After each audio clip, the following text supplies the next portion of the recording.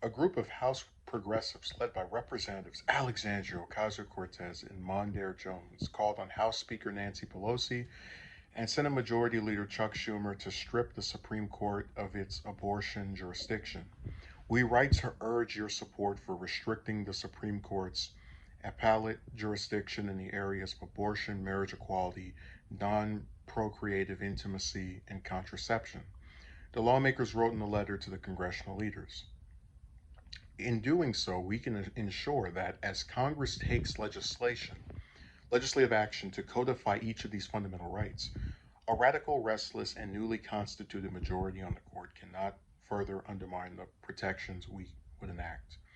The progressives pointed to Justice Clarence Thomas' concurring opinion in the Debs versus Jackson Women's Health Organization decision, in which he suggested that several other cases which established the constitutional rights to contraception, access, same sex marriage, and states not being able to ban consensual gay sex should be revisited. The House of Representatives already passed the Women's Health Protection Act, WHPA, last fall to codify the constitutional right to abortion. And if this bill becomes law, we can expect that legal challenges will eventually come before the Supreme Court again. Once more, the constitutional right to abortion would be put at risk, they said. We are concerned by the court's dismantling of other statutes duly enacted by Congress, including the Voting Rights Act and the Clean Air Act. As we Democrats plan for further legislative action to protect and enshrine abortion rights, as well as the three other fundamental rights called into question in Justice Thomas's concurring opinion in Dobbs, we urge the exercise of Congress's constitutional powers under Article 3 to include language that removes the Supreme Court's appellate jurisdiction over such legislation, they added later.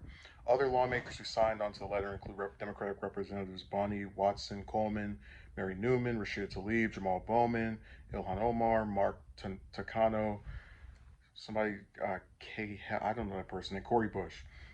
Last month, the Supreme Court overturned the 1973 landmark decision of Roe v. Wade, which determined the right to abortion was constitutional. At least 9 states have now banned abortion, and other restrictions and bans in other states are expected. Um, Ocasio Cortez said that the High Court has gone rogue, adding that she believes that impeachment should be on the table. Impeaching a Supreme Court justice, that would be something we've never seen before at all. That'd be unprecedented. Multiple Democrats have also argued that some of the current Supreme Court justices were not forthcoming about their stance on Roe v. Wade during their Senate confirmation hearings, which is true. So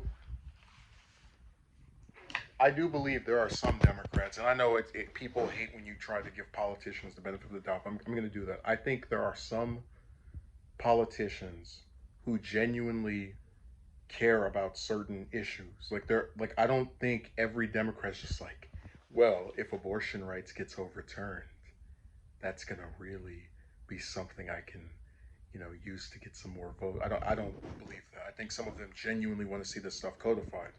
But the problem I have with this letter is twofold. One, I don't believe anyone who signed on to this thing did as forceful a job as they could have with making the case for codifying Roe v. Wade. Remember, Biden's been in office for 2 years with majorities in both chambers. Yeah, I know Manchin screws stuff up in the Senate, but he has a majority in the House that passed a bill that codifies Roe v. Wade.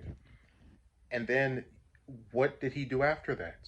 As far as I can tell, nothing. Now, if somebody can show me some speeches he made or some type of pressuring of, you know, the likely usual suspects that vote this stuff down, I'll be the first one to recant my statement. But as far as I can tell, they passed this thing and then he sat on it until the Supreme Court overturned the right altogether. When you go over to my other issue, which is that it's like this letter, and I always feel this way with these different letters. They're good at stating a general position. Like I agree with the contents of the letter. I think these things should be codified if we're going to actually not have to worry about them getting overturned by some right wing court every couple of years after they've been on the books for decades and decades in some instances. But the issue I have is that this is addressed to Schumer and Pelosi. Schumer and Pelosi have both been in Congress for over 20 years.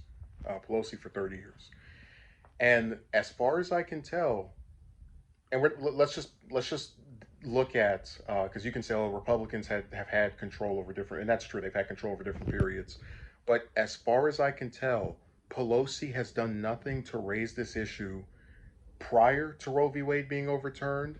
I didn't see her or Schumer make any comments about, hey, we need to codify this because the court has a bunch of I see them complain and whine and send fundraising emails, but I don't see any attempts to get Biden or somebody else who can, rally support for this major thing that they think is so important and is going to protect the health of so many. Because I've said this before, they don't care about the health of anyone.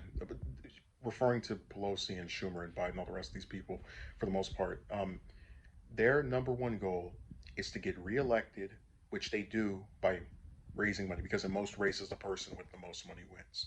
So as long as they have different things that they know can rile people up, oh, they just took away abortion rights, even though there's a whole bunch of states that you can usually go to that still have them on the books, but they just took it away. So you're angry now, right? You're gonna vote for members of my party, right? So we can have more seats in Congress and still not pass the thing that we told you we wanted passed, because we don't actually give a damn about changing things and making sure that your rights don't get stripped away.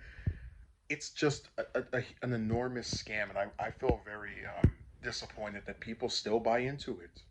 And I'm not saying vote for the Republicans, but certainly don't sit here and pretend that the pricks who seem to only have the power to display outrage and disdain after something has happened instead of being proactive are actually going to change. These people are not having evolutions, they're devolving because they know that their party is offering nothing, which is why the Supreme Court did them a favor, and now they might have a chance to actually keep their majority, which is the number one thing they care about the most, as opposed to people's rights.